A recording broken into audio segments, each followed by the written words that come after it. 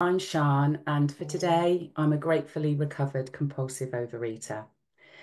I was a bit shocked and touched to be asked. I didn't have a clue what I was going to say until by chance I found some voice notes I'd recorded at the start, but I'd never listened back to them. Oh, blimey, I sounded so sad and fed up. I really had forgotten how desperately unhappy I'd been for so long.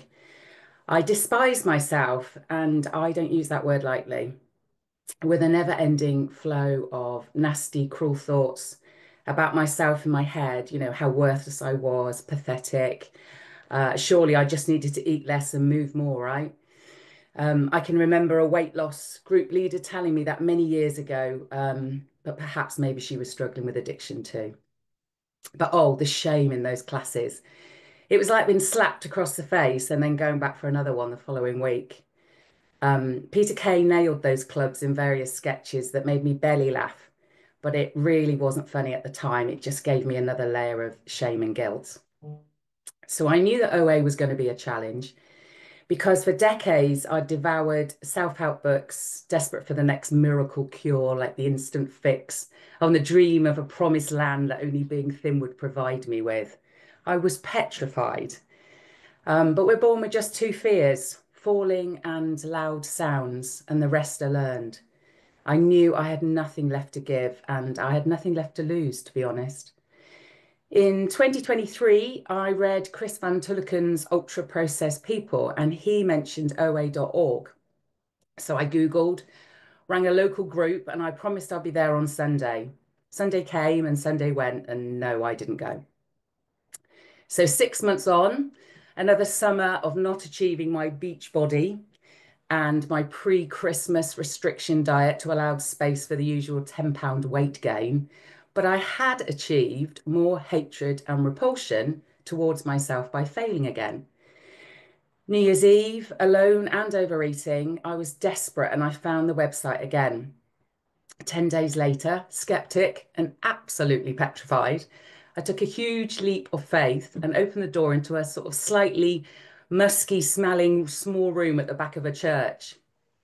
An hour later, driving home, I just thought, what the hell was that? Who are these people? I'm not religious. These aren't my people. But I also knew I'd be going back.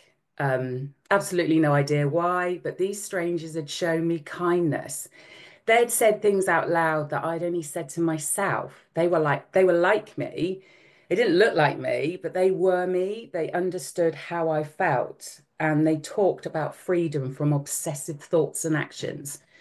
Um, Self-conscious and not really knowing where to look or what to say, the meeting ended, and I got up from my chair to put my chair away, and someone came over and said, "We're so glad you came, Sian. See you next week."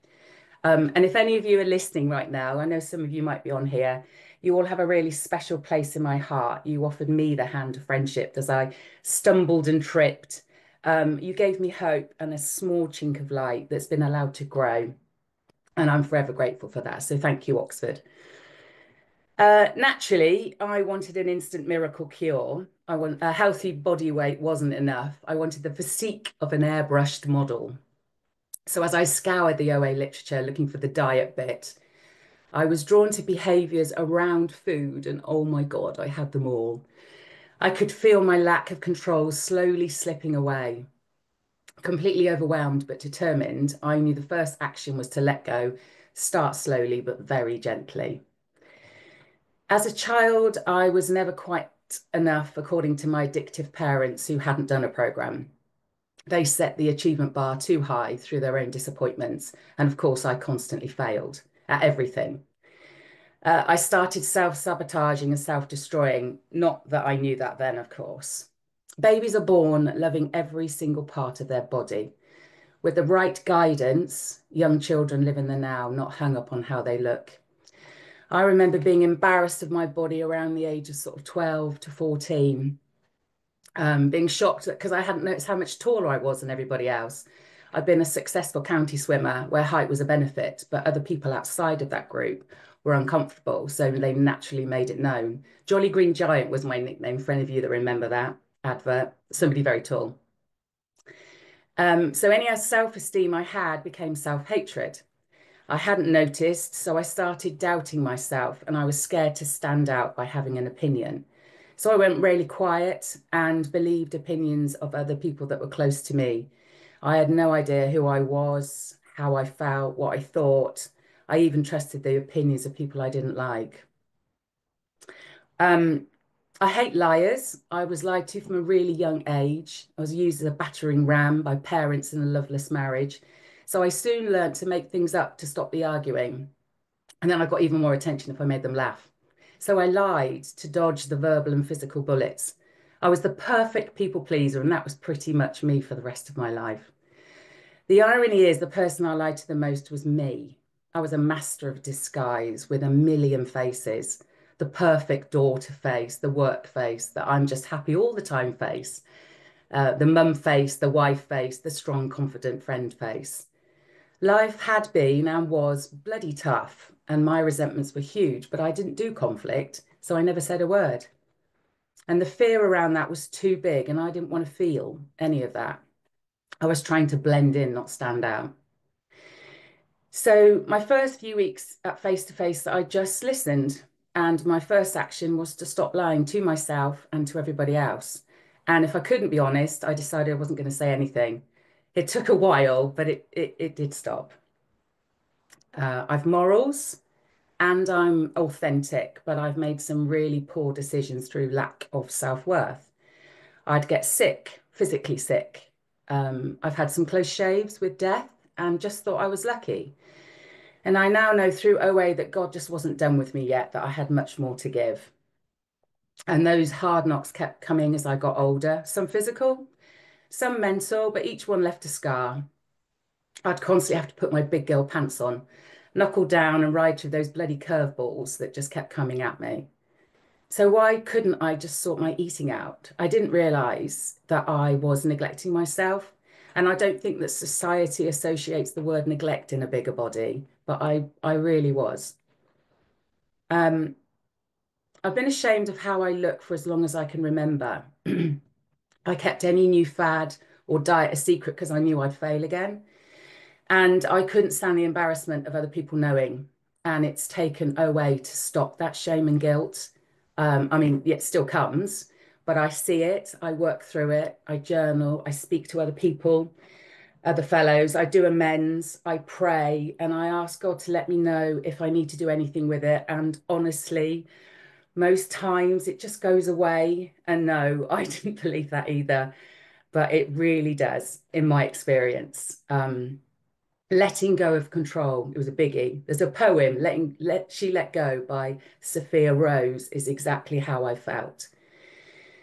So OA encourages coming away from the self and focusing on others, but I had to give love, attention, and support to me first. I'd enabled people to take from an empty cup. So the more work I did, the fuller my cup got. I took ownership of the part that I'd played and I stopped being a victim. I put boundaries in to protect me, and then I gave to others. And I don't need to fix everyone else to validate me anymore. I hold space, I listen, I give feedback, but only if I'm asked. There's no perfect answers.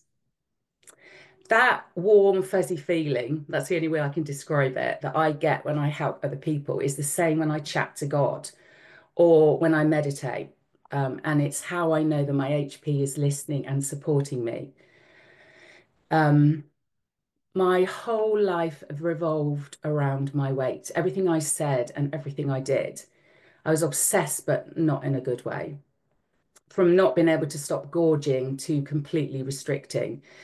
And they were all controlling habits. I didn't even realize that I had them. Life is so different now. And I realize the more I let go of control, the easier my life becomes. So I came to Early Birds in April 2024, last year, hiding behind my switched off camera, scouring the pages to see if I knew anybody. The first time I bravely unmuted and spoke, I promptly burst into tears and I was mortified. You guys were so lovely, but I didn't come back for at least a week.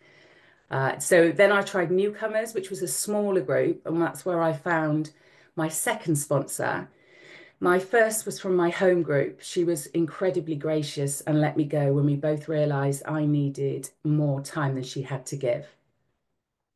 So, with a lot of gentle persuasion from my new sponsor, I started turning on my camera and attending as many meetings as I could. I was so nervous. I'm a bit nervous today, but I was so nervous.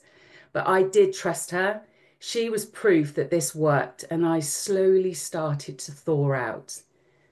As my confidence grew, up went my virtual hand. I even did some training, and then I got really scared and hid again. But everyone was just really kind, and with lots of encouragement, I started to attend 10 minutes early and offer to give service as a reader, timekeeper, and meditation. Yes, it was horrible, but it got easier the more that I did it. My self-belief and worth flourished.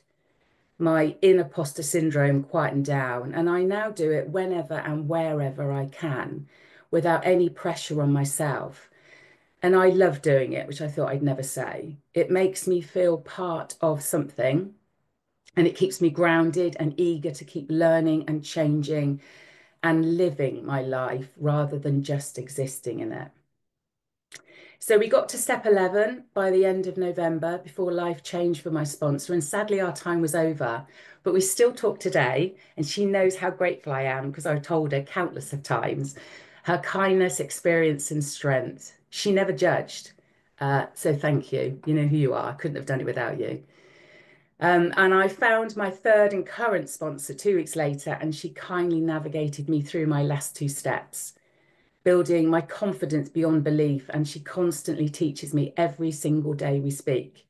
Thank you, God, for leading me to her. I love her dearly, and I know she'll always be part of my life too. And whether you're aware of it or not, you guys have helped me in these meetings. Your kind, loving, and encouraging words and messages have saved me time and time again. Outreach is a golden chalice, but it took me ages to see that. But it is so healing and so rewarding. And if you're new, please don't wait as long as I did. It's helped speed my recovery up in the last few months massively. Um, Through OA, I have shed so much mentally. I'm still learning, but without guilt and shame wrapped around it. And it's been fascinating to really get to know me, not the Sian that I created in my head, but the one that God created. My behaviors and thoughts are just so different today. And a few months ago, I finally met my self-esteem. What a great day that was. Um, I'm human with a multitude of emotions, but they no longer ruin my day. I didn't realize I was addicted to food. I just honestly thought I was a failure for years, for as long as I can remember. So I now show myself love and compassion through daily gratitudes and affirmations. And it honestly has changed every single relationship I have, even the ones I thought that were all right. But it's changed them all for the better. And I see those changes, they sort of form like a ripple towards and from the people that I love and the people that I meet, which is really lovely. I've no idea how long I've chatted for. I'm probably near my time, I should think, because I One talk minute really left. fast. How many? 1 minute. Oh, perfect. Look at that. It's almost like I planned it. I didn't. So I'm going to end with a quote that I heard just recently, and it honestly made me cry. It was so beautiful.